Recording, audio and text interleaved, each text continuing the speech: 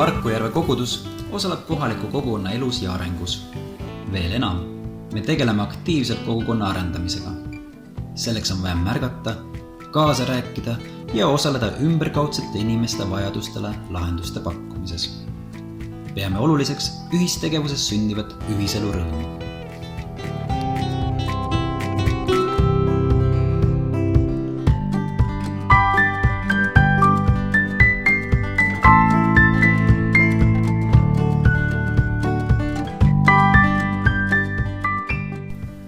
Kogukond on oluliselt integreeritum väärtuste ja huvidega kooslus kui näiteks naabruskond või elamurajoon.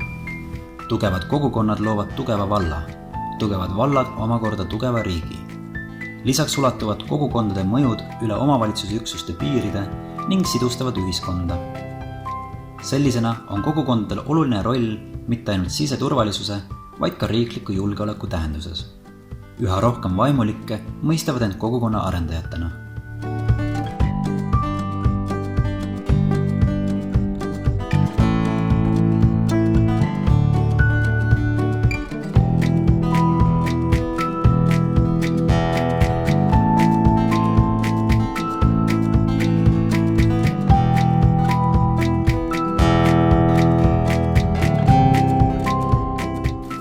Osaledes koguduse poolt korraldataval võidupühal, jaanitulel ja kohvikute päeval toimuval väljamüügil ja külastades meie pop-up söögikohta, kus pakutakse oma küpsetatud leiba, suurepärast teevalikut, oma küla mesiniku mett, saad sa osa tegelikult palju enamast.